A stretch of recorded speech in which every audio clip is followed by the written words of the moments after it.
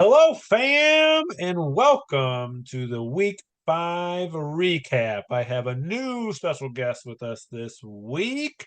His name is Samuel. Is that your actual name? It is. Oh, nice. I don't think I've ever called you that.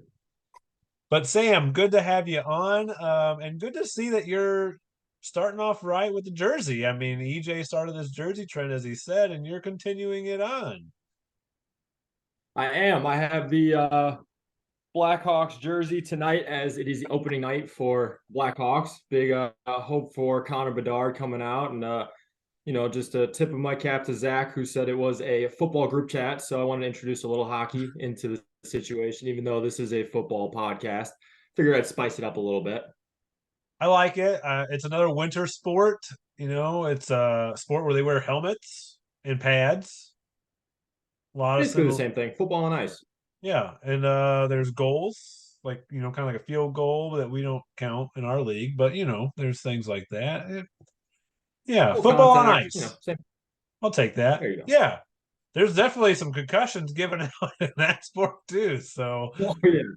those Oh, yeah. are in the brain damage sports, definitely football and hockey. So yeah, there's a lot actually. I'm wondering now, is hockey closer to football than football is close? Like is that I don't know. Now you've Yeah, raised a pretty tough question I'd say here. so. A little more contact, a little more rough and tough. Guys play through injuries more than they do in soccer. And I played soccer, but we're watching the David Beckham documentary and no spoilers, but him Please they go don't. through one of his infamous matches and you'll see a little bit of the you know trickery and the diving and stuff that goes in. So that's a little spoiler if you haven't watched the David Beckham documentary yet. We have not, so we are currently watching the quarterback documentary, and Yeah. we're pretty far in. I think we've watched 6 or 7 episodes now, and I only think it's like 8 or something or Yeah. something like that. But so we're gonna finish that one, and then we're going on to Beckham after that because that looked like a pretty good one. So we're gonna do that as Yeah, well. it's cool. Episodes are long, but I mean, I don't think there's that many. So it's cool. It's interesting to see,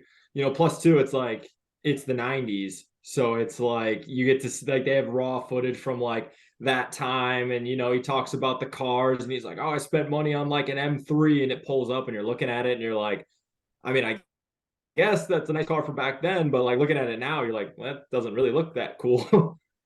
No, it's a lot Yeah. more boxy and all that kind of stuff. So Yeah. So it's funny. It's funny to see.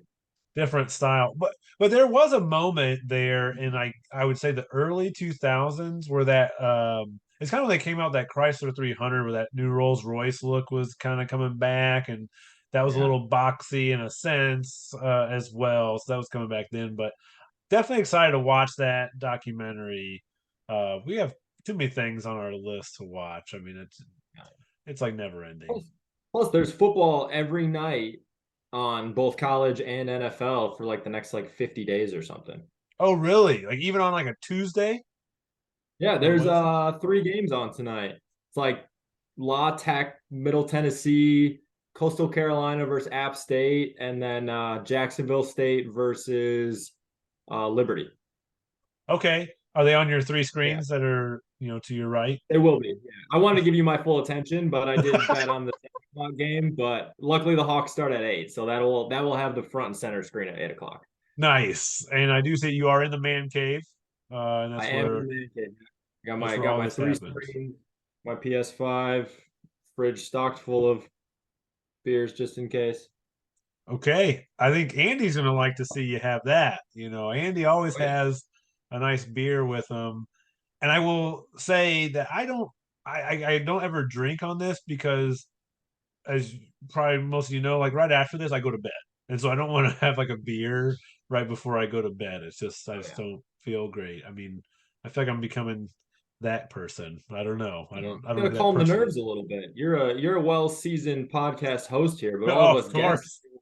we get the jitters a little bit, so we got to calm our nerves.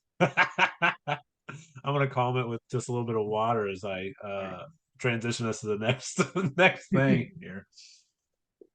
But honestly, thank you for joining me. I really do appreciate it. I got another presentation for us. hoping it works. And I've taken Zach's advice. I'm going to try to have us on the screen while we're doing the little PowerPoint here. So bear with us, but I'm going to go ahead and share my beautiful PowerPoint presentation with everybody now. Yeah, I liked it. It looked nice. Thank you. Thank you very much. Yes. So this is the week 5 recap. And we're going to do like we do every single week. We do the matchups first, right? We're going to talk about some ass whooping and then get into some of the other matchups that happened because there were other games. We'll then hit on the injury report with Dr. Sam, so he will join us a little bit later. After that, we hit that waiver wire to help out with those who we had some pretty big injuries this week, and as well as bye week for a few teams, maybe not some impactful teams, but might hurt somebody. So they got to pick somebody up. Then we'll go to Trade Central and see what's going on there. Hit the comment of the week, and then we'll wrap it up with what is going on in this upcoming week 6. Are you ready to go, Sam? Sounds good. Let's do it. Let's do it. Well, I think you are ready to go because we are going to start with the ass whooping of the week, which you delivered to Andy this week. So, first off, congratulations because you delivered the ass whooping. Second, congratulations because you get high score of the week again, which is amazing for being the worst team in America. I was gonna say, and third, I get my apology after your comments from the pod last week.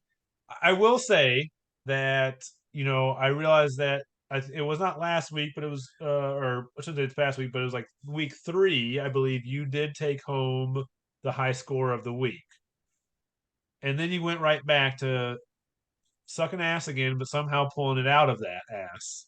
True, And then you true. came back again this week and just stomped all over people's heads. His name was Andy, but you stomped all over his head. What do His you think name was the was key to Andy. your victory? Yeah. I mean, Jamar Chase finally going off, which I mean, he was my first pick overall, so it's nice to finally see him have one.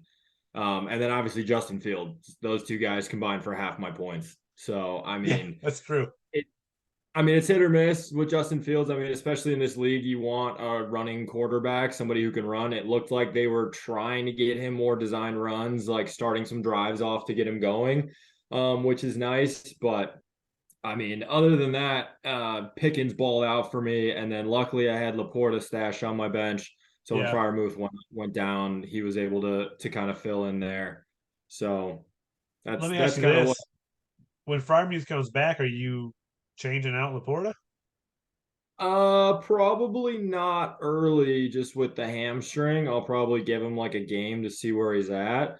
And then after that, I mean, if I keep him, then I got to look and see when their bye weeks are. But if I keep him, then it might just be like a matchup type situation, Sure. see who's got what. Because I mean, like you've said previously, and everybody said, tight ends, it's like a dime a dozen. So if you have somebody who actually can produce, it's the other guys where you're like, okay, who am I going to take a shot at this week? So we'll take a look and see, if the injury bug hits my team. And if they do, I might try to ship one off somewhere. So it's just, I mean, it's nice to just have them for now. So, Yeah. No, I agree with that. And I'll be honest, shoot, I might float you something just to get one because I don't have a consistent option. Hunter Henry got me 0 points this week. So it did not work out so well on my end, but this is not my game to talk about. But speaking of tight ends, I mean Dallas Goddard finally went, did big things for Andy, which he was happy with. So it's like one of those where, oh, finally, but his wide receivers, 3 wide receivers combined for 13 and a half points total, and and that's I was brutal. just gonna say, like, I was shocked by that because, like, especially with who's it, Jalen Reed? Is that Jaden Reed? Yeah, Like, Jaden he's Reed. been getting like at least three receptions a game, and he's been getting targets. And I know Watson is back, but it's just like he's been getting consistent target looks. And then even with Nico Holland or Collins, it was just like he all of a sudden had like a really good first half. I think he was 3 for 39 in the first half. And then all of a sudden that just he just didn't get any more targets. So Yeah, and for Nico's side, Atlanta actually has some good cover corners, and I think that's mhm. what hindered him in that game in the second half. They kind of maybe figured out that piece because they actually do. Atlanta actually has a surprisingly good defense right now, but when it comes to Green Bay, man, Jordan Love doesn't look good. Their offense doesn't look good. I mean, they came out gangbusters against the Bears in week one, but honestly, besides that, I know he had another game where he had like I think it was only 150 yards throwing, but three touchdowns. So it seemed like it was a better game than what it actually was. And they don't look as good as you were hoping. Maybe we'll get some feedback from EJ about that. Yeah, they were surprising. Like, they had good hopes for Jordan Love, and then all of a sudden it's just like he throws what, two picks last night. One of them was really bad, the other one at the end of the game. These are But it's three. just like He threw three. he threw three total. Yep. Yeah, and it's just pretty crazy. But I Yeah, it was mean, in other bad. I mean, But he, other than that, I mean, I was looking at his bench and stuff like that. I mean, he didn't play Calvin Ridley. Not that it would have necessarily helped in the total at all, but I mean, you're looking at him playing against the Bills defense, who you're maybe not too, keen on playing in there. Like you look at some of the other matchups, but I mean, you just know, disappointing for the receivers this week. you have the Bills defense. So I'll make this one thing and then we'll move on to the next matchup. But like the Bills defense is kind of crumbling right now. They got a lot of injured players. Tre'Davious White was their number one cover corner. He was out for the season with an ACL tear. We talked about that, I think, last week. They had, Milano, who's their inside linebacker, who goes down. In that game, they had their other corner, is it Johnson? I think. Can't remember his Yeah. last name.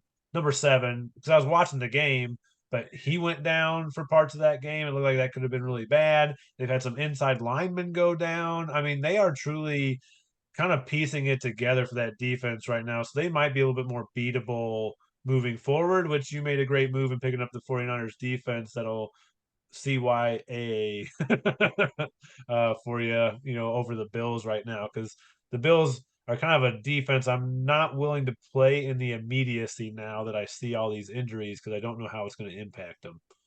Yeah. But The other quick thing on that yeah, was, it was crazy because I remember looking at it, and I know by Monday he didn't necessarily have a chance. He had Aaron Jones left.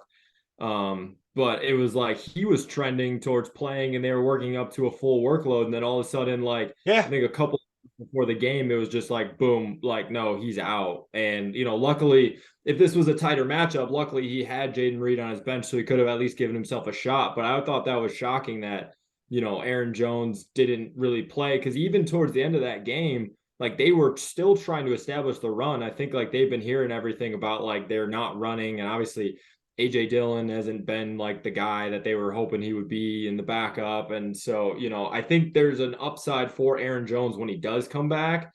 And maybe they were just trying to give him a little extra rest so that he could come back full. So hopefully he yeah. starts to kind of future.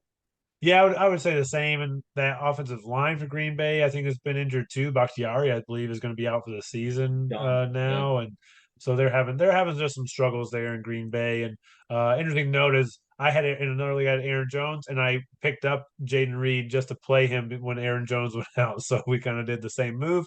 I won by like 6 points, but I'll just say Jaden Reed did not help me with that victory. So a little tough one, but nice job on the ass whooping of the week, and a nice job getting your second high score of the week. So you're already $20 plus, and you donated 50, so you're only down $30. So now you just gotta get third place or better, and you'll be fine. You'll have just done it for fun. All right.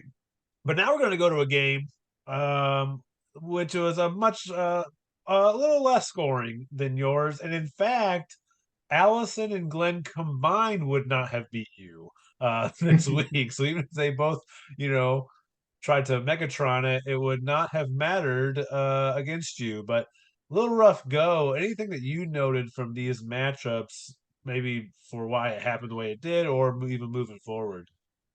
I mean, I was looking kind of at their bench like you guys do, with this screen that you have on here now, just to see if there was anybody else. But I mean, this was kind of the week of the bye week for a lot of them. I know you touch on like trades and stuff later just to fill some rosters, but I mean, unfortunate Washington defense, Nets -5 for Allison after they got whomped. But I mean, again, the Anthony Richardson injury just kills Glenn there because that's he's been doing well when he's been playing. He's been getting touchdowns. He's been getting points, and that would have been, probably the deciding factor if you Yep. give him, projected 24.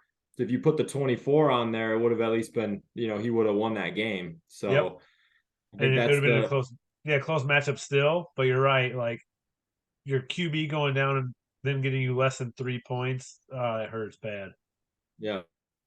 I Um, mean, I think good news for Allison is that Puka Nakua still, got his points. I know everyone was a little worried with Cooper Cup coming back, like what's going to be the distribution there. But I mean, him still getting points is good because he's still a really good viable, flex option. Even throw him up into the starting lineup if somebody else is on bye week and you need to fill that with somebody off the bench. So yeah, I think good news for Allison. Justin Herbert got his bye week out of the way now. So, I mean, he's going to have, a big stretch here where he can contribute. Got unlucky with Dobbs, who has been decently consistent, not throwing interceptions and then throws 2 picks. And then, for Glenn looking forward, I mean, Austin Eckler should be coming back. Um, I think after their bye week, it looks like yeah. he's be coming back. Um, but He said yeah, today he's 99% sure he'll be playing this week, which I don't actually like to hear because I'm like, why didn't you just say 100, man?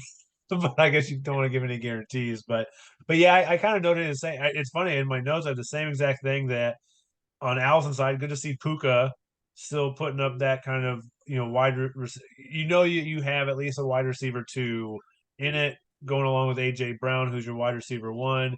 You feel confident there, which I think is really nice because we weren't quite sure, and maybe we're still not quite sure. But Cooper Cup got I think 12 yeah, targets, something like he got that. a lot. Yeah. Yeah, so he was getting his normal amount of targets, and that's what I like to see because it wasn't like, oh, Cooper Cup got 8 targets and then Nakua did this. It was no, Cooper Cup got his, he still got his 12 targets, 12 plus, and Nakua did that. So that to me means some good things, and I think that team wants to throw, they want to throw more than they want to run. So that'll still work out for them. But yeah, Allison gets a bunch of players back because they were on bye, so I think that helped. That's kind of what caused her total to be lower. And Jameer Gibbs went out. He hasn't been great this year so far, but even that kind of hurt her.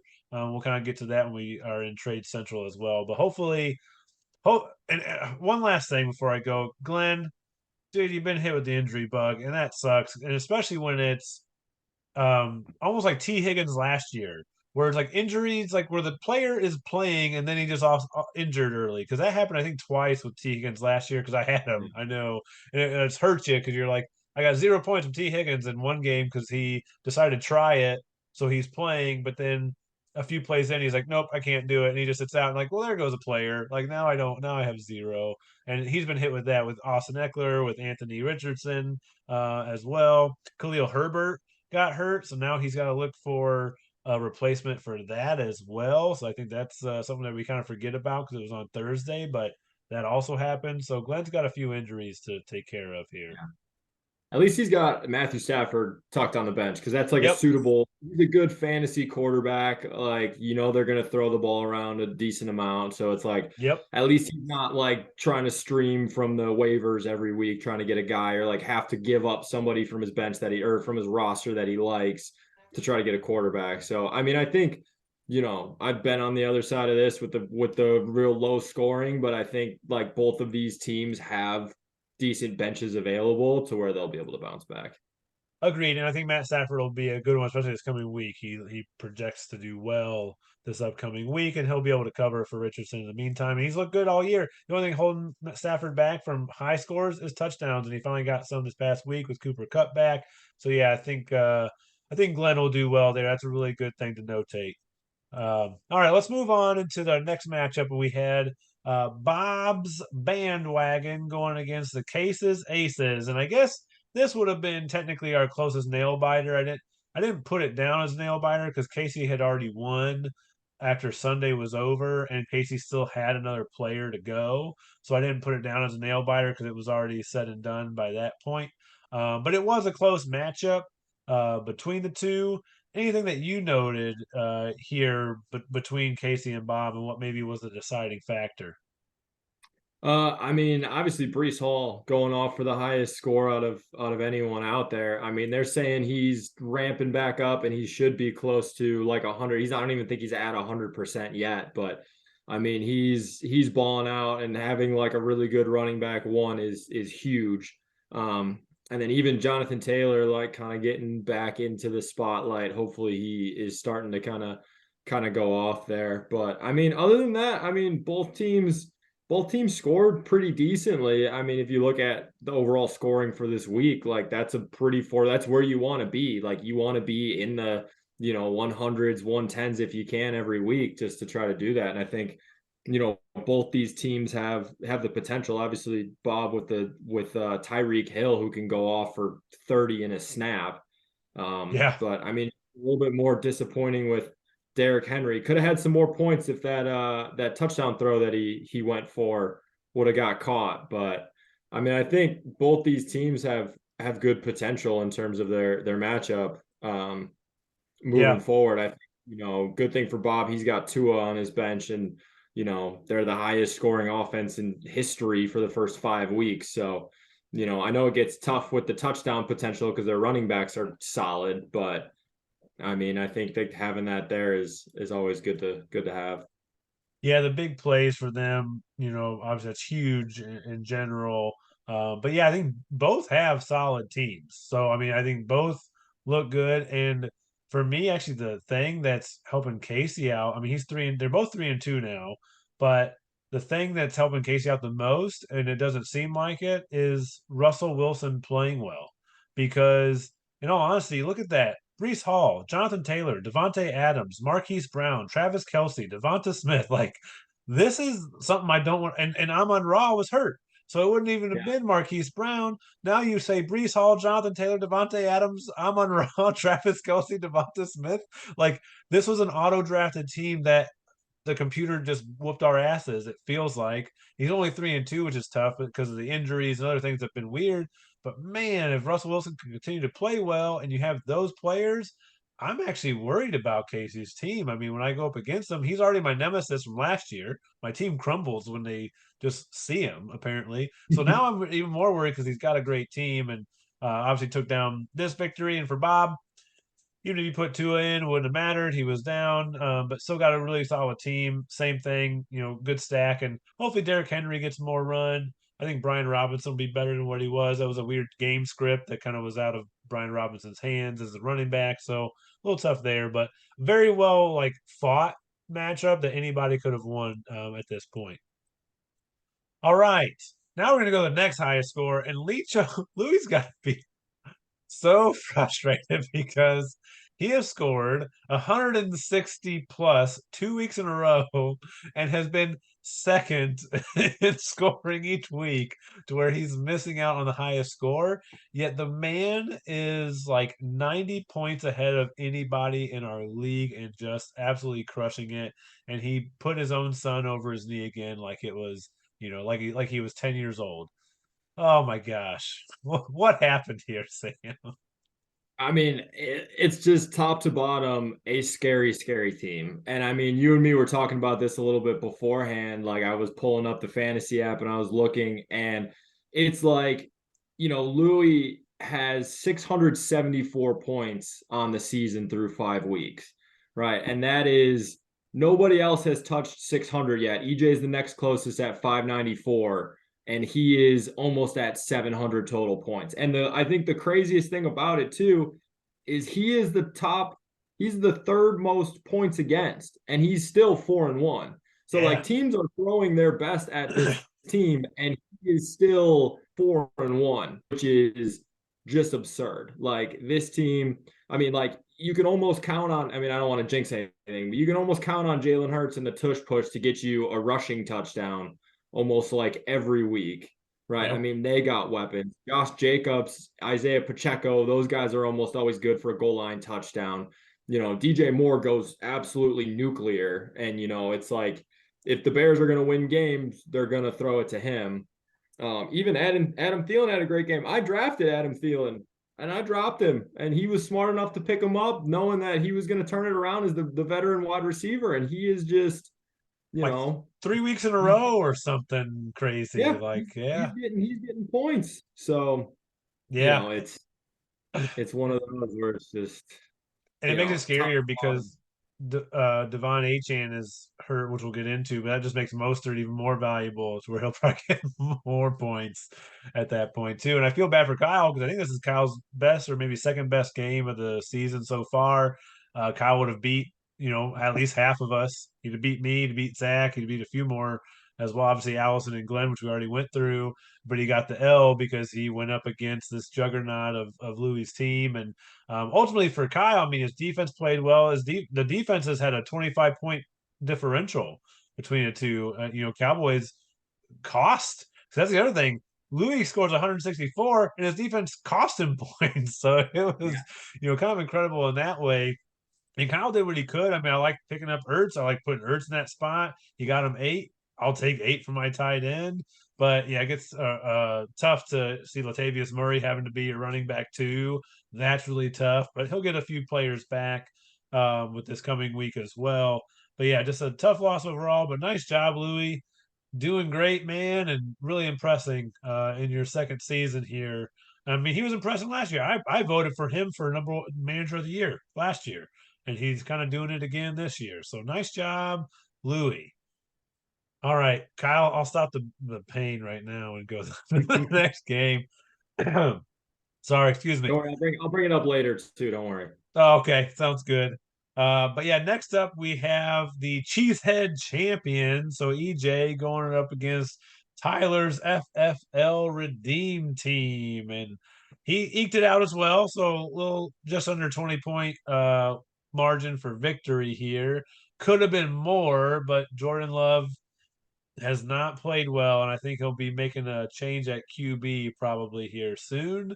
For that, who knows? But anything you noted in this matchup that you wanted to highlight?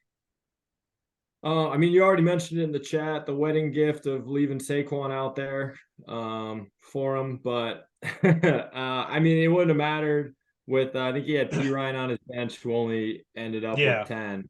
So it yeah. wouldn't have really mattered anyways. But I mean, Cooper Cup coming back into the lineup for EJ, first game back, getting almost 20 points, 17 points is pretty good. Tough with Hmm. Justin Jefferson going down, projected 19, only ended up with 4. Same thing with Jordan Love, projecting 22, only getting 5. So it's Yeah. one of those, you get unlucky, with Justin Jefferson kind of out there on the bench, but at least, he's got a couple, wide receivers that he can toss in there for, formidable backups just to kind of keep the points alive Yep. while Jay is on the bench there. But He other than also picked that, up the Jets defense too in the middle of the week because Allison dropped the Jets D. He picks them up. They score 18, whereas her defense cost her 5. So I mean that move right there for Allison cost her 23 point. Like that's a 23-point differential right there on her season. yeah, yeah, tough to see Kittle go off for 26 there because you're like, man, that's you want that in a game that it's close. And you don't want to waste those. But I mean, it's good to see Kittle getting more involved in the offense because I think it was week 4 it was like Ayuk, um, Debo Samuel and Kittle only had like 2 catches like for the whole game or something like that. It was like McCaffrey was soaking it all in, and so it's like good to see that they're kind of getting their wide receiver tight end core involved so that's a lot better of a solid tight end to keep in there. Yeah, and they always do a pretty good job in San Francisco to get all of them involved, and they rotate games. You never know whose game it's going to be. And they even admitted in that game last week, where Kittle did poorly, that Debo was just a decoy, and still Kittle didn't get the run. Sometimes, and he's a great blocker too, and he's a tough player. I mean, just a fantastic player of football in general, and sometimes that can hurt him in the fantasy side because he's balls to the walls. He'll get hurt, but you gotta love him as a fan of football and watching him. But yeah, tough loss for especially when you got Burrow that went off finally. He finally got his points 31. But yeah, it was definitely a tough loss for Tyler. But you got take what are you doing with Saquon in, man? You're not paying attention, Tyler. This is a penalty. Flag on the play, man. All right, we'll get better next time, right, Tyler? We'll play a full team next time. Yeah, okay, okay. Because you basically got 2.6 points from two running backs combined. So let's do better. But he would have beat me, so it doesn't even matter because my game is next, and I scored just over 100 points. It was a rough one. I will take the victory. I was, kind of joking around with Zach, obviously, on the last podcast, that this would be the one I would lose because he had absolutely nobody. As you can see on Zach's bench, he literally has everybody on bye. And then the only one not on bye on the bench was T. Higgins, who was hurt. So he literally had no backups, couldn't do nothing, and it did not work out for him. He is struggling. So he's trying to make some moves apparently. On my end, zero from Hunter Henry. That kind of sucked. So that was not fun. So I'll have to try to look for maybe a better tight end play this week. I do get Keenan Allen back, so that's nice because I need him as my top receiver. I'd like to have him back. But you know what? Eked out a win. Sam Howell got me 31. He outplayed Patrick Mahomes. Fuck you, Mahomes. I got people. Uh, even Purdy got 34. I could have played him. So all worked out. I'll take it. But the oddity in it all is that I am 3-2, and all three of my wins are my three lowest points of the year. Because I'll stay if I can. I'll stay at 100 points if I keep winning the 100-point matchups. Why Because not? it's all about W's at the end of the day, right? Yeah, and I think, as we get further in the year here, like what I'm starting to look at in teams like doing the pod like this is I'm looking for like trades and stuff like that, right? And you're kind of looking at your team, like Sam Howell has been doing pretty decent, in terms of obviously you play him because Dallas's defense is pretty good, Yeah. but Brock Purdy has been good the whole year. Like he's been Yep. solid. So I think, a lot with the kind of drop off of quarterbacks, we'll touch on it obviously with the waivers, but it's like having some of those backup guys that have that potential is just such a good thing to have in terms of trades moving down the line because if you're looking for a tight end, if you're week to week streaming tight ends, do you have another one? No, I don't. I'm streaming them. Yeah. So I mean, it's like you look at something where it's like, you look to get trade a quarterback for, somebody who's decently putting up numbers. I mean, Sam Howell's the 14th ranked quarterback this year. Brock Purdy's number 10. I mean, Hey, you're looking at Sam. what Sam, can I trade Sam for Sam? yeah, we'll talk about it. We'll talk about it. I Not just yet. realized it's Tight all ends, but Sam's. yeah, we'll talk about it. Yeah, I'm streaming We'll do quarterbacks in a sense. I wouldn't even say I'm streaming them. I have Purdy and Howell, and I'm just kind of interchanging depending on the matchup. Because yeah, I don't know that I like what's on the waivers, but I'm streaming quarterback, tight end, and defense. But the Lions defense did well, 7 points. That's what they were projected to get. They got it. I'm fine with that. And actually, I thought they would have done better. They started out great, but they were in such a blowout. That's why it ended up being only 7 because they were so far up that the defense just kind of played a prevent and let things yeah. happen. And they're having So, they're having some injury trouble in that secondary too. So like they are very susceptible to get the deep ball, with a lot of their corners and stuff going down. So yep, agreed. So that's going to be a tough one there. But that defensive line, man, they are a tough one. Aiden Hutchinson is another one of your favorite players, right? Like just a great player. I did the stanky leg the other week, and I was just like, that's the grossest thing I've ever seen. I didn't So see gross. that, but Yeah. Well, he's one. that's what we get. It's like our Fox game of the week. Is like it's always on TV here. Oh, of course, And yeah. Duh. right. That would make sense. I know since Chicago played the Thursday game, we kind of got free reign this weekend, and I think there was obviously the morning game, but yeah, we got 2 during that noon time frame and got another one in the afternoon, so it was nice. Yeah, it's nice. I'll take that. But I will say after 5 weeks, one of the things I noticed just to wrap up this, week 5 matchups here is it just feels like there's just heavy disparity in scoring, and it's like that in all my leagues, like where you've got teams that seem to be putting up the 140, 150 mark, and then others that can only get to this 75 mark, and there's a lot of there's a lot more huge games than I feel like I've ever seen in this short amount of time. And I'm talking like in our league. So in our league, I'd say 40 plus, because 30 plus for a quarterback, I mean, that's these quarterbacks can do that. But like for Jamar Chase, Christian McCaffrey last week, you had Keenan Allen that's done it for me. You've got all these players that can do that. It's just been a lot more than I feel like I've seen in the past. Like, do you feel the same way, or is that just me? Yeah, and I think it is interesting too, especially for, a lot of the newcomers in terms of like people who this is their second year playing fantasy. You go from a 10 team league to a 12 team league where it's like last year, if you had a bye, not a problem. You got a guy to fill that bench. But now I feel like we're seeing a lot of injuries this year, which I feel like, I mean, even last year, I'm True. sure they were. Maybe it's just because it's like, just this year is just more prominent in my head, but I mean, I feel like we're seeing a lot of the big guys go down, guys that are supposed to get points. And then it's like you look at the projections and everyone's like, oh, get this backup because he's going to replace the starter. And then it's like, well, he doesn't have a great game. And it's just like injuries on the offensive line and the defensive line and all this stuff. And so I feel like that's where a lot of the like teams are scoring a lot lower than last year. But if your team can hold it together, you're getting 160, 150, so i Yeah. definitely i definitely feel what you're saying. It's a weird kind of year. And you make a good point. Maybe it's moving from the to a 12 man, because in my other league it's also a 12 man. It's similar things that are happening of that of there's a team in that league where I felt awful. I think he had five guys with the out on them that's on his bench is like lining it. I'm like, ah man, just you just feel for people because there's nothing you can do about that. I mean, there are players that are often injured.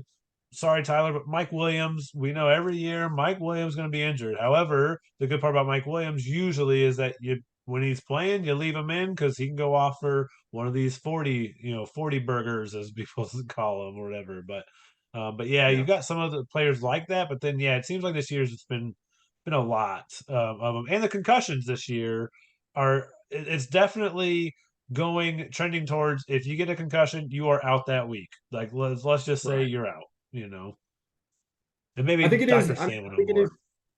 I think it is. I think it is good though for like, people who this is like their only league or something like that, because then it really does make you trade. I know you and Zach were talking about this last week that it's like it is weird because you draft the guy and it's like you want to keep him. You're like, oh, I drafted this guy. I knew what I thought he was going to be. And then it's like, I don't really want to get him, let him go because what if he booms? But it's like, with the 12 team league and the injuries, it's like you're gonna probably have to make a trade or two at the end of the year. Like, unless you get lucky. And again, you look at these guys that do the fantasy football stuff for a living, like they do their 7 mock drafts on ESPN during the year, and it's like injuries happen. And half of this thing is luck where you're just like, okay, did anybody expect Miami to put up the most points through 5 weeks? I mean, maybe their team is fast as shit, but like you draft Achan and you hope that it happens, or Puka Nakua, and you hope that this stuff happens. But I think it's good for the league overall because it's going to make people trade a little bit more, which is just kind of adds a little bit more fun to the league. Yeah, agreed. Well, that wraps up our week 5 matchups. And our Sam, I don't know if you know this, but our podcast is really becoming really popular amongst people out there. Zach's been putting on the YouTube, and the YouTube has gotten so big we get at least like 4 or 5 views a week on Yeah, there. And big so money. yeah, that has helped us, start to really gain some sponsorship. So we're going to take a little bit of a sponsor break, before we get into Dr. Sam's injury report. And so our first sponsor of the year that really stepped up to say, "Hey, you guys are doing some great stuff," is Kyle's Lemonade Stand. This week's episode is brought to you by Kyle's Lemonade Stand. If you want Girl Scout cookies, go fuck yourself, because Kyle ain't doing it. But if you want only the best store bought lemonade money can buy, Kyle is your man. What sets Kyle's lemonade stand apart from the competition is that pink fluorescent color that any natural lemonade should have. It's also why Kyle wears a pink shirt anytime he's serving it. Do you have an upcoming youth sporting event? Maybe a garage sale or a bar mitzvah? Call Kyle at 1-800-867-5309. Once again, that's Kyle's Lemonade Stand at 1-800-867-5309. When life gives you lemons, make Kyle make you lemonade. Well, man, what a great sponsor that was going into the injury report with Dr. Sam. And Dr. Sam's an important person on this podcast. He really helps us out a ton when it comes to injuries, what to expect, and maybe what we should not expect from them, maybe how long it should go. So we're going to kick it over to Dr. Sam. Welcome to the show, Dr. Sam. We appreciate you being here. I know you're coming from a long ways away. I appreciate you coming on. What are we looking at with injuries this week? Well, I just want to say, well, before I get off, I'd love that phone number for the lemonade stand. We're going to be hosting a charity auction at the hospital, so I'm hoping that we can maybe get Kyle out to give us some lemonade and raise a little bit more money for the children, of course. Oh, of course, he's a fucking loser. He'll be there in no time.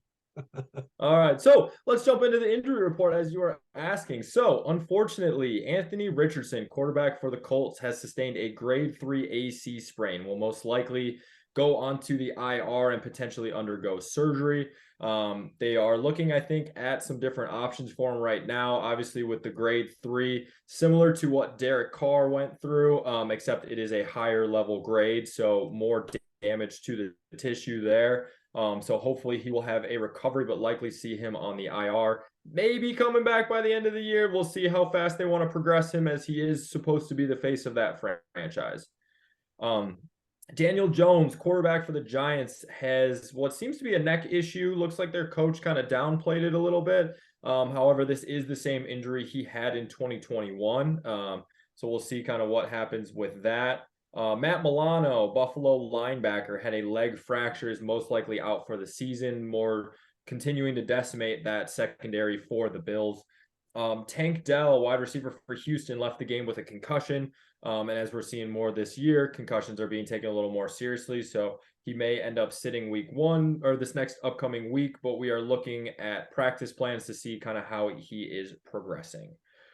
Zay Jones, wide receiver for Jacksonville, left with a knee injury. He was going to go undergo an MRI. They're calling it day to day, so hopefully it's nothing too serious. Most likely they would have, if they did the MRI and saw something more serious, they'd say him out for a couple weeks. So it might potentially just be a bone bruise, but we're going to have to wait and see for more information there. Justin Jefferson underwent a hamstring injury, the Minnesota wide receiver. Although hamstrings typically take, 1 to 3 weeks, depending on how bad it is, that is their star wide receiver. And they did say that they were going to take it a little bit slow. So he might even have a stent on the IR coming up, just to see once they get the MRI report back. James Conner, running back for Arizona, sustained a knee injury. I was unable to see exactly what was going on with the knee, but he will most likely be placed on the IR for the next 4 weeks.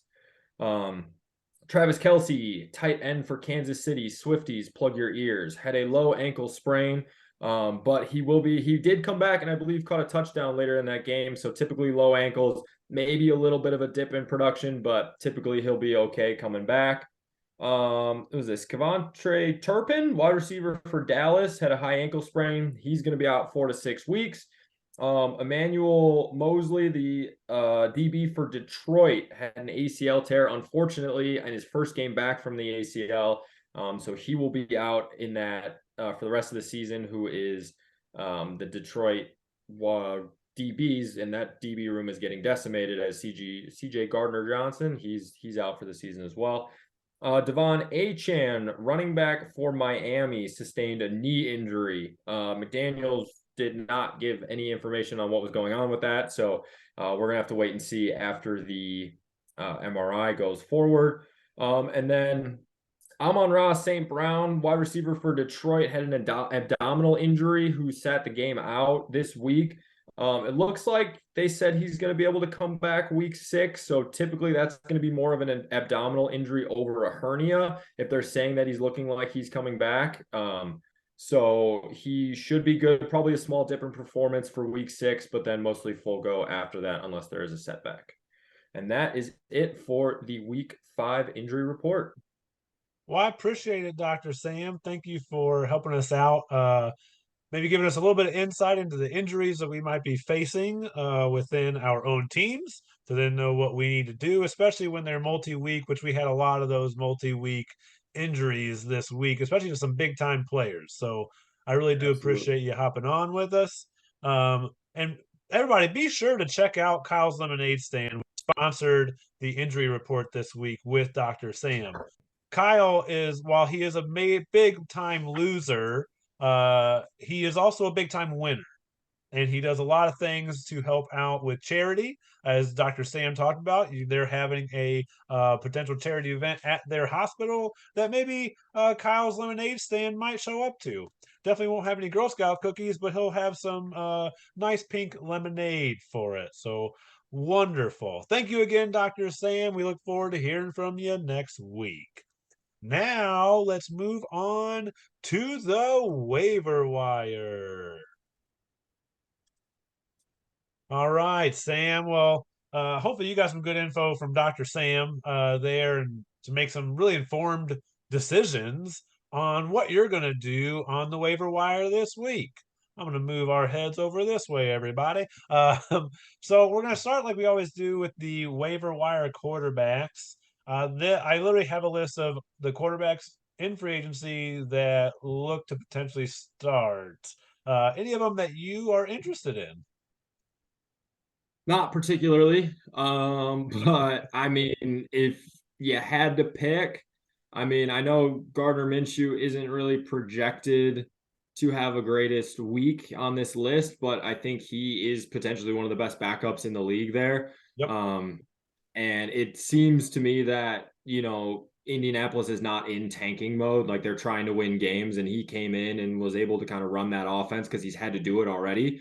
Yep. So he would be probably one of my top picks. Desmond Ritter, I mean, that's kind of a hold your nose pick. I mean, if he goes off, he goes off, but I mean, I don't necessarily trust him too much. So those would probably be my top two. I probably would not touch Mac Jones or Bryce Young. I mean, Derek Carr, maybe as he gets Yeah. healthier. I mean, Not great uh, options on here, but I agree with you on Minshew. Actually, I put him as the top person on here because I think that his projection is low for what he can actually do. He's shown already, and as the backup that's come in when Anthony Richards got hurt, that he can run this offense. And what people don't realize is him and Steichen actually have rapport. Like he played for the Eagles. He was the backup for the Philadelphia Eagles when Steichen was there. So that's the other nice part is Steichen knows how to use them. He's used them very well. And so I do like Minshew this week. And I actually am going to bring up Bryce Young. And I'm only bringing it up because they're playing Miami. So they're probably going to have to throw in order to keep up with Miami. And it doesn't mean it's going to be pretty. It doesn't mean he ain't going to turn the ball over because even in Detroit, he had, I think, a couple interceptions in Detroit, but he also threw a few touchdowns as well that turned his day around and made it look a little bit better. So, in a sense, it's no, I don't like Bryce Young, the talent right now, where he's at and where that offense is. But when you're playing Miami, that has scored 70 points on on a game, you kind of have to keep up with that usually by throwing the ball. And so therefore I don't mind that one. But yeah, it's a rough one this week if you're trying to stream a quarterback. So let's move on to running backs. They yes. might be a little bit better for us. So I got a big list here, and I have it kind of for a reason. Before I touch on maybe some guys that I might go into, anybody that you're interested in?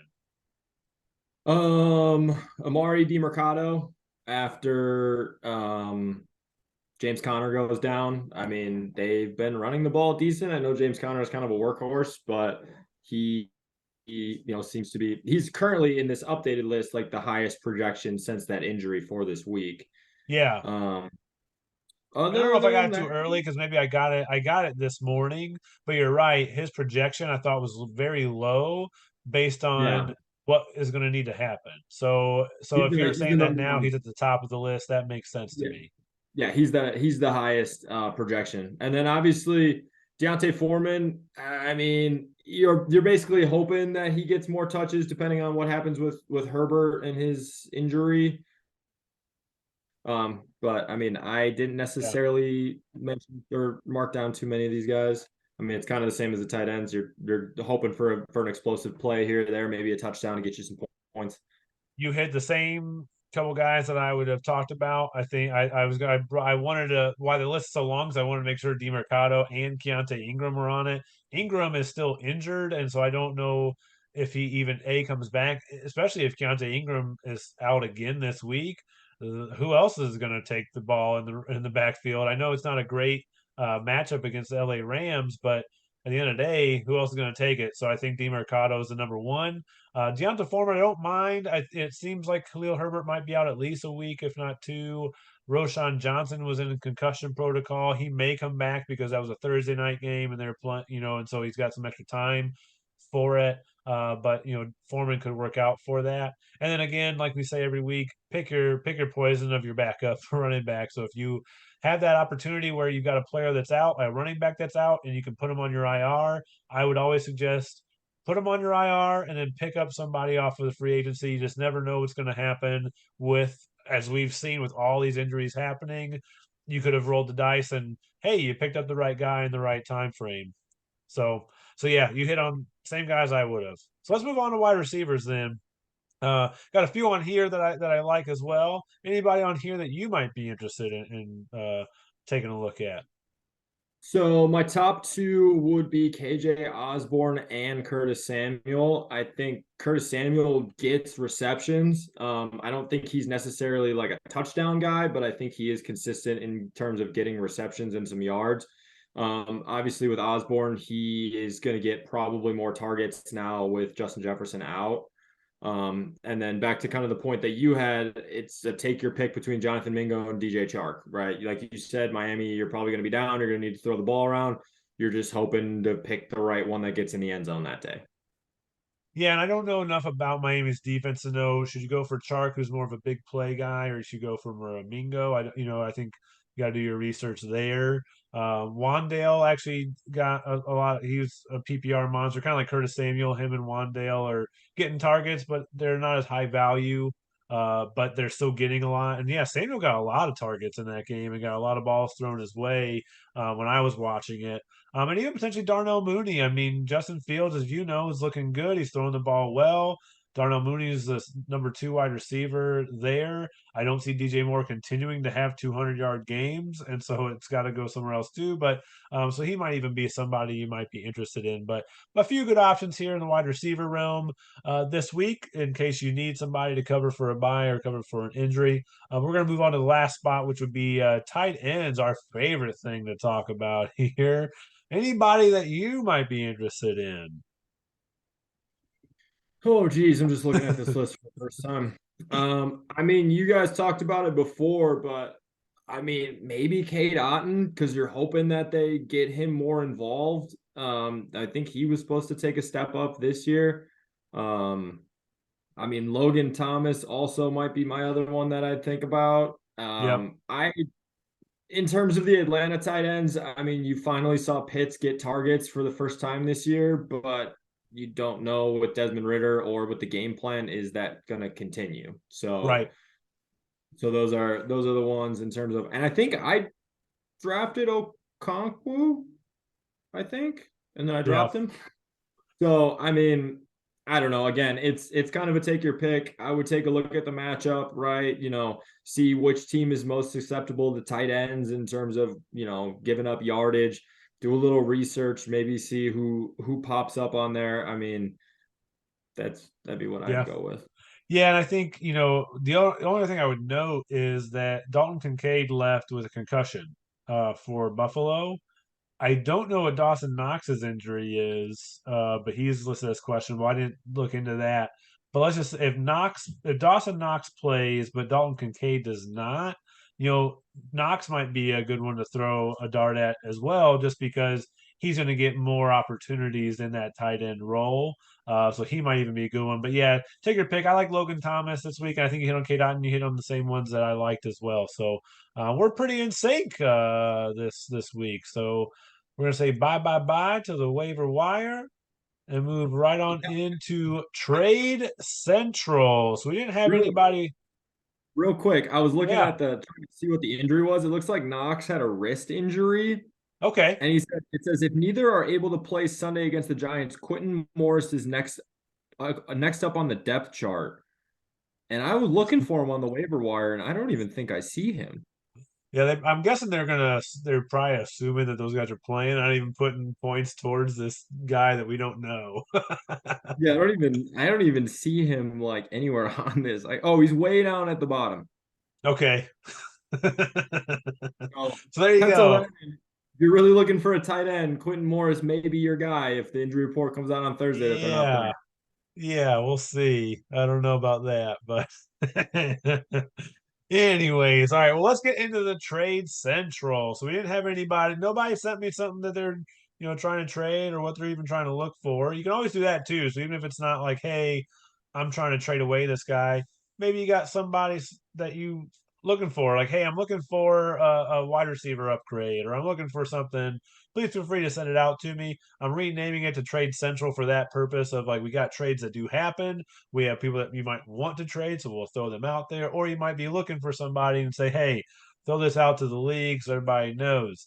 But this week we actually had a couple trades that happened. One was between me and Allison, and the other was between Zach and Bob. So we'll start with the one between Allison and I. So I traded Najee Harris and Drake London to her, and in return, I got Chris Godwin and Devin Singletary back. So you can kind of see the reasoning here, but she was feeling short this week when Jameer Gibbs went down and was a late scratch in the week. She was really worried about it, and she was looking at other rosters and couldn't figure it out and how it would work for her. But I actually thought that I really was just going to do Najee Harris for Chris Godwin because I think that's what the trade kind of is. But Drake London is actually a decent ad because he's got some decent games. I mean, he's had two games I think of 15 points so far this year. But she was looking for that. I was looking for some wide receiver help. It kind of worked out on both ends to where we both got RB 3-4 or wide receiver 3-4 onto our team. Anything you want to notate about the trade besides feeling it's collusion? I was just gonna ask the reason we're moving it to Trade Central and having such a big blurb about why it's a good trade is not just any doubts of collusion, correct? Yeah, I know. Actually, somebody brought up to me the other trade feels a lot more like collusion than our trade because I would at least agree. Like, and I'm sorry, I actually like the trade that Allison and I had. I don't know. I think both win. I think it helps both teams, and it's not like we traded big time players for each Yeah. other. If But you filibuster, I can throw it in the fantasy trade analyzer and see how accurate it is. But I mean, I think it's a pretty fair trade overall. I mean, I think it's like she had a need for something early on, yeah, you know, put in, and I mean, I think overall it's pretty even. on the app, it actually showed her at the time because obviously it's before the week happened, and nothing happened with Chris Godwin because he was on bye.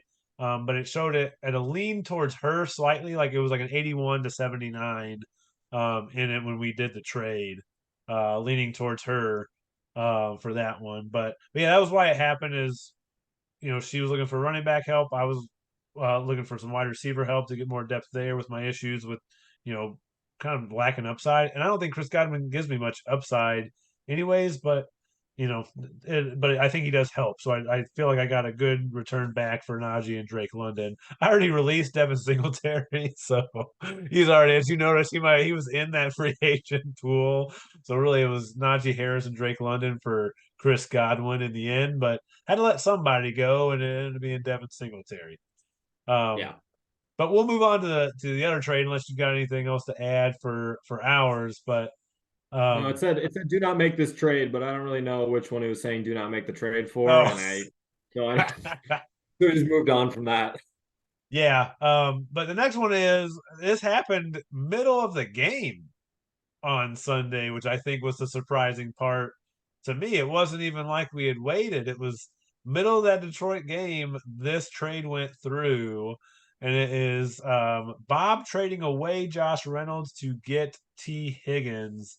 Um, I'll let you share maybe your perspective on the trade first, and then I can kind of chime in. What did you feel about this one? It just seemed weird. I don't know. I mean, I saw it. I saw it come across and I kind of looked at it and I was like, huh, that seems strange. Yeah, yeah. I think that it is T. Higgins is a much better player and is going to have a much better year than Josh Reynolds. I'm just going to say it, and I know he's injured, so I feel like he was traded because he's injured, and he might remain injured because their bye week I think is week 7, and so potentially T. Higgins might not come back until week 8. So that's the only reason that I can understand any part of why Zach did what he did, and I'm sure he'll come out on the text chain and all let us know why Josh Reynolds is somehow a better or as good of a play as T. Higgins. But I'll be honest, I think Bob got a steal here, and it just makes Bob's team better, in my opinion, because there's a reason that T. Higgins was drafted in like the 3rd round. You know what I mean? Like there's a reason that is, and T. Higgins already had a game this year of like 22 points, if I'm not mistaken.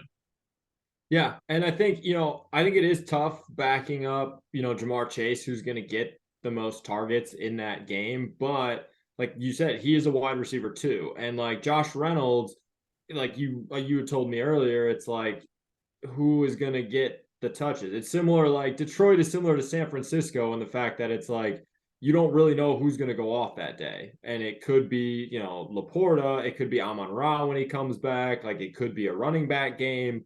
Like you just don't really know what you're getting with Josh Reynolds day in and day out. Yeah. And I will say in Zach's defense, Reynolds has actually been okay. He's wide receiver number 24 on the year. He's averaging about 5 or 6 targets a game. But yeah, the last game, if you think about it, he got 5 targets, he got a touchdown, which is great.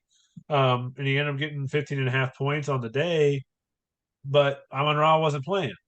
And Right. now Jamison Williams is now back from his 4-game suspension. So you've added another wide receiver there. While I don't have faith in Jamison Williams, it doesn't mean that he doesn't take opportunities away from other people when he's out there, even if he's only out there 20% of the time. Right. That's someone else that's not out there. So that one it was kind of tough to see, especially as you see Cincinnati's offense rolling. And Cincinnati's starting to pick it. Okay, maybe this is when they're starting to pick it up again. So a little tough one on my end, but to each their own. This is why we do it how we do it. We don't have vetoes for this reason. Like manage your team how you want to manage your team. I respect Right. it. And one of the things I actually enjoy is that, hey, they made a trade. Like I like to see trades, like to see people going after it.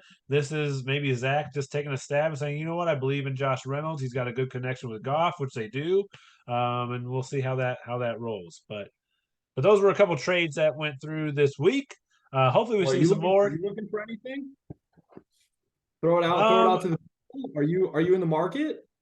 I'm always in the market to upgrade. I mean, for me, I'll be honest. Right now, I'm looking more towards getting a better wide receiver and potentially shoring up the QB spot.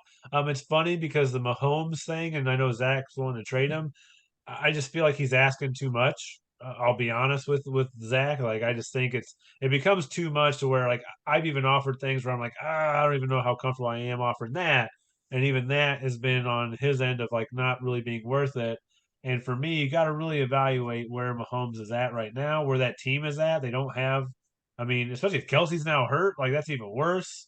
So for me, yeah, I'm looking to upgrade at wide receiver mostly, just because I love Keenan Allen. He does a great job. I like him being solid, but Zay Flowers, Garrett Wilson, and Chris Godwin now, I'm like, they're wide receiver twos at best, and I'd like to try to get another top end wide receiver if I could. And I feel like I've got pretty good running back depth. I have David Montgomery, James Cook, Christian McCaffrey. I can't forget, but don't try to unless you're going to offer me the kitchen sink. Don't like the full thing. Don't even try to come after CMC because he's the number one like player in fantasy right now, basically. Yeah. So kind of tough to get rid of him. What about you? I will say, looking at my depth, I definitely am in the market for a running back with James Conner going down. So I Sure. think pieces, if people are interested, I would say looking to see how Fryermuth when he comes back. I definitely have, some tight ends to maybe play with. So I do have Laporta and Fryermuth. So once, Fryermuth comes back. I think I'm currently running with the Bills defense, and as we heard, they're getting a little bit shaky in terms of their injuries, but they're currently the number two defense. With picking up the 49ers, I could trade with a defense. I know people mostly stream those. And also, I would say Jordan Addison might be on my chopping block, just because or my trading block, I guess. Hoping his numbers go up with um, Justin Jefferson being out, but I think that would be an interesting piece if you're looking for a wide receiver and you are looking to give up one of your running backs. That would be something that I might be interested in. So, Right on. Yeah, and I think the tough part is I think Andy would be interested in that. He has Kirk Cousins, so he'd be interested in getting, Jordan Addison with that. However, he just had Devon Achan go down, and so for him, I don't know that he has that running back depth to provide yeah, you within that. And for me, I'm actually interested in Sam Laporta. I'm not really interested in Fryermuth, even though he does well and he's got a good connection with Pickett. With his injuries right now, I'm like, I'm not as sure, but Laporta, man, that guy looks good in that offense. So I mean, I might be interested in that. And like I said, I've got some running backs. Even Algier, I don't think is a terrible for being a number two in his offense. He's my running back four, especially after getting rid of Najee Harris, who him and Najee were kind of that running back four for me as right, well. But right. I might be interested in talking with you about that when things turn Figure around. throw out some names in this part, get some people interested. Because if you're like, oh, I'm looking for a running back, people are like, well, do you want a three, a four? So I figure throw a couple names out, see if you're interested in some stuff. People can, shoot me a text, hit my line, see what happens. I like that, Sam. So I'll make sure I kind of do that more in the coming weeks of what exactly you're looking for. Oddly, I said quarterback. I don't even know. I got Brock Purdy. I have Sam Howell. They've done well for me. I think there's only been 1 week where I've streamed poorly, but I'll take 4 out of 5 weeks when you're streaming that it's worked out well. So I don't even know like that, but yeah, I would say you know getting kind of upgrading at other spots. Yeah, But the only thing that does worry at times, like, well, am I gonna get hit with the injury bug and then now I'm screwed? But you know what? You take those risks. You got to risk it to get the biscuit, as they that's what say. Zach did last year. He went all in for Josh Allen. It's what he said last week. Sometimes you got to go all in with your guy to find a guy, and you just got to live with that. Yeah, and that got Zach to. I mean, he got third, which that's not bad. It's still like, yeah, it's not number one like Sam last year, but it's at least it's at least My getting team was a some wagon last some year. money. You'll get into this with the next slide. My team was a wagon this year, and I'm about to run into one. Well, now we're getting the comment of the week. I got mine, but you mentioned a comment that I loved, and I was like, okay, that's a good one. We got to go with that as well. But what was your comment of the week here? I was absolutely dying when Louis said, Kyle, some advice from your dad. Don't watch the game or look at your phone for a while. I don't think more is done yet. And then he went off for like another touchdown and another 60 yards. Yeah, what a game! That was an insane game, the greatest game of a Bears wide receiver yet, and it was good to see that as Yeah. well. So that And I was think I texted you and Allison. I was just like, is that actually like, are they actually father son duo? Because I was like, that is hilarious. I was like, it was just so funny. Like, it just came, everyone's watching the game, kind of commenting on it. And then it was just like, boom, there it is. Perfect time, perfect execution. And then backed it up with like a giant ass whooping at the uh end of the day. Yeah, he did. So nice job to you, Louis. He's always got some good singers in there. Mine was just because it was again timely as well as when Andy was like, praying to the fantasy football guys, it goes well for me. And Bob sent him a really nice gif of Jesus with the sunglasses on. It basically said, "Deal with it." And it just, I don't know why. I think maybe it just hit me in that moment. Sundays are my early day at work as well, so maybe I was just slap happy at that time. But I really liked that one. But yeah, some good comments coming through. We always got some funny, witty people in our group, so I love it. All right, now we're going to wrap up with the week 6 matchups, and we always start this off with the standings. So our standings adjusted slightly, but Louis and Sam, you're still at the tops of your divisions. I jumped up back into the number 2 slot, and with Allison beating Glenn, she then jumps ahead of him to get into that third slot into the East, with Zach sliding down to that bottom rung in the East, whereas in the West. little bit more disparity between the teams. You got still got the 5-0 Suckadickas, and you also got the 0-5 Redeem teams here, and then some that are kind of spattered in between. So we definitely have some some interesting matchups then that come along with that for this week. And the first I'm going to highlight is to me the matchup of the week, the game of the week, as they would say, and that would be Suckadicka at 5-0 versus Licho Logis, the two top teams. I mean, these are the number one teams in their respective divisions. These are top scoring teams. You are in this matchup at 5-0. How are you feeling? What are things that are going through your mind with this one? I mean, we were talking about this earlier, but it's just like we were talking about my team from last year, and I just feel head over toes that that team was so much better than my team this year. Like, I'm scared of Louis' team. Like, I mean, even if Justin Fields has a great day, that most likely comes along with DJ Moore Yep. having a great day. So Yep. like, I can't even rely on him. Like, I'm just praying for like a 3 rush touchdown for Justin Fields, but I mean, Pickens went off for me and he's on my He's on bye bye week this this week. week. Yep. And then James Conner's normally good for at least double digits, and he's hurt now. So, you look at all those check marks for the advantage on the right side, and you really can't feel great going into next week's matchup. And I took this before, people get a chance to adjust. So I know you're going to make some adjustments, I imagine.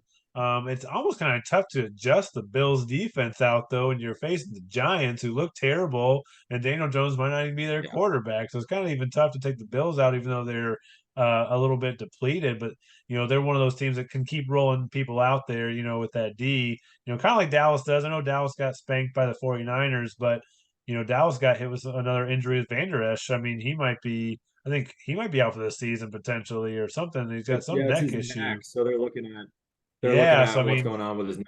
It's a scary yeah, and thing for a neck injury. he's their captain, man. I mean, that's the guy that's the captain of that defense, and I respected him for a long time. But anyways, yeah, two juggernauts going up against him here. I do feel bad. Yeah, you had the Connor injury. Pickens not so much. I mean, you can replace Pickens. You Yeah. played him in the right week. You got a nice game, especially at the end of that game, because he was doing okay, and then the end of that game is really where he went off, and he had that last drive was great, man. Watching him like body people, he's just a great wide receiver, and unfortunately, he has Kenny Pickett throwing him the ball. That's all. That's all that is. Yeah. But yeah, he's on Yeah. bye. But I think you have a player for that. It's just more of, do you have a running back to replace James Conner? That's going to be Right. your biggest thing this coming week. Yeah. So best of luck, Louis. I'm looking forward to it. Yeah, should be. We'll see, man. This would be a nice battle of the heavyweights. Next we have Uncle from another spunkle trying to dunkle on his, I guess, nephew. That's what Kyle would be to Andy. Got a little gross there with my thing. I thought it was funny and it didn't work out. But what you're seeing here is kind of tough because Devon Achan is out, so he's not gonna be able to help him. And we'll see how he replaces him. I know he was already kind of hurting with that. And we had given him some feedback before. If Roshan Johnson plays, that might be a good play for Andy to kind of fill that spot. But both of them are 1-4, not looking great. They're both fifth in their respective divisions as well. So they're both just trying to get that second victory under their belt. And I think they're both kind of hoping the other team maybe falls apart a little bit. Anything that you noted from this matchup? I mean, I think it's just like I feel like this is one of the biggest volatility matchups. I mean, Josh Allen could obviously go nuclear against the Giants, but Kirk Cousins also, Chicago's defense is not very good. So like they could both go nuclear. And I mean, I think it could be a good bounce back week for a lot of the wide receivers. Jalen Waddle could have a big game. Nico Collins could come back and have a big game. So I think there's a lot of volatility in this one. So it'll be a fun one to keep your eye on. Yeah, agreed. And I mean, hopefully, when you look at it, Dallas is playing the Chargers, so you're hoping you get a much better week out of CeeDee Lamb this week than you did against the Niners. I don't know who he's going to go with in regards to his quarterback, especially knowing Chicago's a great matchup for quarterbacks, but now you've lost Kirk Cousins, number one weapon and the number one wide receiver in the NFL. How does that Right. impact Kirk Cousins and his ceiling potential, especially when you're going up against Josh Allen? So there's a lot of things to think about in this matchup and what they're going to do, but this will be an interesting one as well. So good luck to both of those teams. Next up, we have basically Bob's bandwagon. So Bob is facing Allison, Mrs. Field goal, and we'll see who remains above 500 because they're both 3-2 on the year. And obviously, whoever loses is going to be at 500. The other one's going to be at 4-2, feeling a lot better about their season than the other.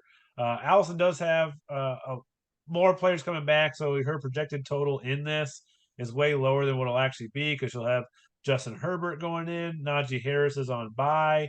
She'll be putting Kenneth Walker back into that spot. She also has maybe some other moves that she can make, potentially a tight end or something like that. So that projection, I think they'll be when it comes out, they'll be about the same, around the same in their projection. Anything from this matchup that you're taking away? No, I think this one, once Allison gets all of her roster, updated, I think it's going to end up being projected probably pretty darn close. A lot of good matchups for a couple guys that can really kind of go off. I mean, you're looking at, Herbert, who's definitely better than Dobbs, going against a tough Dallas defense, but he's probably still going to get some points there. And so I think definitely it'll end up being probably close to a nail biter if I had to take a guess on one this week. Yeah, I would say the same thing. And even when it comes to her defense, I know the Commanders cost her points this week. I mean, Justin Fields was just having a field day. But in all honesty, yeah. But in all honesty, going up against Atlanta, Desmond Ritter, he had a good game this past week, but that's like his first good game of his career. He's normally good for at least a turnover or two, so she might even leave, the Commanders defense in there. Jahmyr Gibbs, Yeah. he could come back this week. I know he's been hurt for her. He hasn't done great, but he still could be, an option for her if she wants to go that route. So it'll be definitely a lot closer than what this current projection says. And I'll Yeah. be really, obviously, I'll be invested in it because my wife will be and she'll be talking to me about it. But have love for both of these people. Bob's got a great team. I think she's got some good players too that have actually come out of the woodwork, like a DeAndre Swift, stuff like that. So she's more formidable than she realizes. Yeah. All right, next up we have the Cases Aces versus That's Ecky. And Glenn and Casey are both really facing some injury woes right now. I know I touched on Glenn's from this past week of Anthony Richardson's going to be out. Khalil Herbert is looking doubtful already. And then Austin Eckler will hopefully come back for him to really help him out in that space and take over and help because Austin Eckler, huge player. I mean, that's a big player to be missing. But Casey on the same thing. He's hoping Kelsey is actually going to play this week. I mean, he gets drafted at that spot for a reason. He's a top tight end. He's just like a wide receiver basically. So you're hoping that he's going to be there. Jonathan Taylor, the Zach Moss thing from this past week, nothing you can do about that. I mean, you're expecting Jonathan Taylor gets the new contract. You're like, oh, okay, he's raring to go, and it's Zach Moss day, and so it's very weird with that. So that's kind of feels shaky, but I think he'll be all right when all is said and done with it. And this will be another pretty close matchup that we don't realize is going to be as close, but Glenn's kind of hurting, so we'll see how that goes. Yeah. I mean, I think Casey's team, like you look at all the names on that list and like that's a scary list. Like Yeah, that's a good looking roster right there. And with Glenn, obviously it sucks because Anthony Richardson goes down, but you throw Stafford in there and then yep, you got Eckler coming back too. So I mean, I think, he'll be all right moving forward once he gets those. Couple of guys, Ramondre had a bad week last week against New Orleans, but I mean he should have a bounce back against Vegas this week. So we'll yeah. see what happens. Yeah, I agree. And just remember, Casey also has Amon-Ra St. Brown that could be coming back too. So that's a big time receiver coming back on his end as well. But yeah, Casey's got a scary team, and unfortunately, Glenn's has just kind of crumbled. He must have like the Bulls PT room because I feel like the Bulls are always injured and that guy sucks. I'm like, how's that guy still have Welcome a to the job? league. Yeah, it's awful. It's awful there. But sorry, Glenn. That actually, I think they have the work ethic of the Chicago White Sox. That's what it is they have the Chicago White Sox work ethic. Sorry to my Yeah. team, but fucking Eloy don't try for anything. You got a lot of problems with a lot of People players. getting shot in the Any stands. I digress. I digress off of baseball now, but getting into the another matchup here. We have EJ, who is on his honeymoon right now, and hopefully he can make that honeymoon even better by getting a victory maybe over Zach. He has to play somebody other than Jordan Love, so he's kind of thankful there because he has to play somebody different than that guy. So we'll see how that rolls. And with Zach, he's just hurting, man. He's just feeling depleted. He's got Mahomes, got Debo, but Debo is also injured, and who knows what's happening there? Um, Even with Justin Jefferson out for EJ, he got Cooper Cup back. He kind of just replaces Justin Jefferson. I think Christian Kirk is his only other player to play. So he's got the CK boys at the WR spots. That's what we'll have this week. And he's got a good squad. I mean, ETN, Alvin Kamara, Cooper Cup, Christian Kirk, TJ Hawkinson. Because the best part about Justin Jefferson going out is that TJ Hawkinson will probably get a lot more targets. So it turns into being not a terrible thing for EJ in the end. Do you see this going any other way than EJ just whooping up on Zach? Depends if Zach pulls some trade magic this week, which we know he's prone to throwing some trades out there. So we'll Yeah. see. This might be a completely different roster come Sunday if he gets a couple people works his magic, reins in them horses. He's going to have to trade Mahomes and get a decent haul for him if that's going to happen. Because in my opinion, he is on a heavy down slope, and that it's just he's just hurting. He's trying. He knows it too. He's trying to piece it together, but it ain't Yeah. going so well right now. I do have Rasheed Rice on my roster, though. Zach, if you wanted to trade for the top wide receiver for Kansas City, make me an offer, man. Anywho, all right. We'll get to the last one here, and it is going to be Tyler, the Redeem team, who's 0-5, going against me, the Denzel Winningtons, at 3-2. Uh, this probably is what I'm rolling with, except for I'm going to try to figure out somebody besides Hunter Henry, maybe. But Hunter Henry against Las Vegas could be good, actually. So I might just leave Hunter Henry in there. So this probably will be the squad I'm rolling out with. For Tyler, we'll see if Saquon plays. Maybe Tyler, if he doesn't, Tyler, just feel free to keep him in again. That sounds good. That sounds good to me. I'm all for that. Any way that you see Tyler winning and getting his first victory? I mean, Stephon Diggs, Terry McLaurin. I mean, I Yep. think those two go for it, and you have a big game from Joe Burrow, and Saquon finds the end zone. I mean, depending on how they use him, if he does come back, he finds the end zone a couple times. I think you're basically banking on Christian McCaffrey. You get a touchdown every week. Like that's just a fact. It's like minus 200 on the sports books every week. So, He's like you're 14 in a row now. yeah. So I mean, if you're Tyler, you're hoping that, Tampa Bay can slow David Montgomery down and Keenan Allen gets a little bit of trouble with Dallas. And then, you're hoping for those guys to have a kind of a big, I mean, the good news is that, the Giants defense, they're letting up points. Terry McLaurin could have one. So like this is a week where Yeah. those guys could boom. So I mean, I'm not saying it's out of the realm of possibilities. I think if Saquon comes back, it's a lot more probable. But you know, like you said last week, right? We want everyone to get a win, everyone to get a loss. So Yeah. we got to root. We're rooting for Tyler this week. That's one. Yeah. No grudges over on this side, but we're rooting for Tyler this week.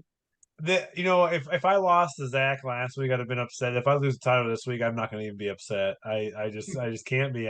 I want Tyler to get a victory. And you're right, Yeah, actually, as I look at it, is the matchups his players have against the other team, like it's actually they're, pretty they're damn good. good. Like it's actually They're not good. bad at all. And on my end, really. Here's the tough part. I'm playing Brock Purdy. Well, he's got George Kittle, who just took all 3 touchdowns. You know, 3 of Brock Purdy's 4 touchdowns went to George Kittle. And so at that point, I look at that and think, man, that's kind of a tough one too, because you know I'm hoping Debo. I'm hoping that Debo is now healthy enough to actually get more targets, get more play. Um, just so Purdy doesn't throw to Kittle, because I'm going to play Purdy. I'm Right. going to play Right. him, and I got to then hope that Kittle doesn't take all those touchdowns, because I will say if that happens, I could see myself losing at that point. That would Yeah. be a tough one. And I like Josh Downs. I think that especially with Minshew in the game now. I mean, Minshew loves Downs. Every game that Minshew has been in, like every time Minshew's in with Downs, I mean, he is targeting him like crazy. And to me, it's partly probably because Minshew played on the second team for so long, and so did Downs. I feel like they had that Right. connection or something. But man, that's also a sneaky play right there. Yeah. So I agree. it'll be interesting. But that's going to wrap us up for the recap this week. Good luck to everybody in week 6. I think we have a lot of fun matchups. Hopefully, Tyler gets a victory here. I'm hoping that Sam gets a loss. But I don't even know that one, man. Louis is so strong. Either one of you, that's gonna be a great battle. I'm gonna be so focused on that one. I just think it's pretty cool to get that in week 6 already. Yeah. Brother, get out of the way now. That's true. Yes, please get it out of the way. But thank you again, Dr. Sam, for joining me on this podcast. I really do appreciate it. It was good seeing you as always. I'm sure that we'll see each other at some point soon. Good luck to the Blackhawks. They are They're playing right on. now. I didn't turn it on, but go Hawks. Go Hawks there. Anything you want to say as parting words before we just sign out? Yeah. Good luck, everyone. Try to make some trades if you need them. I think it's a little uncomfortable at first, like you mentioned. I mean, I'm even the same thing. Like, I don't really want to let some guys go, but I think if you do the trade analyst, you're gonna find some different stuff here and there, whatever you see on the internet. So, take a look at it, see what your team needs. That's what the trade analyst can't go into detail about is what your team actually Correct. needs. So, take a look at that. Think if it's a good idea. Ask some friends, ask some other people in the group. Like, Yeah. we're here to make this more educational so that in 3 years, this is like a hard league to win, right? Which it already currently is, but we Yeah. want to make it harder to win. So, text somebody, ask them, hey, would you make this trade with my roster? And we're going to give you the honest opinion about it. So I think it'll make it more fun for everybody. I like that you said that too, because we're family. And at the end of the day, we really are. And it's not like other leagues that I'm in where it's so competitive that people aren't going to share that information with you. We are. Like, Right. we're here to make it. And that's why we do this podcast too. I mean, shit, who else is going to go over waiver wire ads that you might want to add and shit like that? Other players are like, go fuck yourself. Go, you do it yourself. Like, that's what you're here for. But My yeah, running back got hurt, and you know how much it hurt me to say that I would pick up the backup running back because I want him I to up know. on the way. I'm not getting that guy. I need him, but I'm not gonna Yeah. get him. It's Yeah. like to True. say that. But again, it's like some of this stuff. Some people Man, just don't have to look at it. So yeah. Well, good to I know. think we got one other visitor going to sign us off here. Whoa, that's a cute dress. All the watermelons. Wow. Watermelon queen right here. Can you say hi to everybody? Oh, Say hi. Hey, do you want to do a good job and sign us out and say good luck and goodbye? Yeah. So say it really loud to the screen. Goodbye. And good luck. Don't forget to Good say luck. good luck. Yeah. Like that.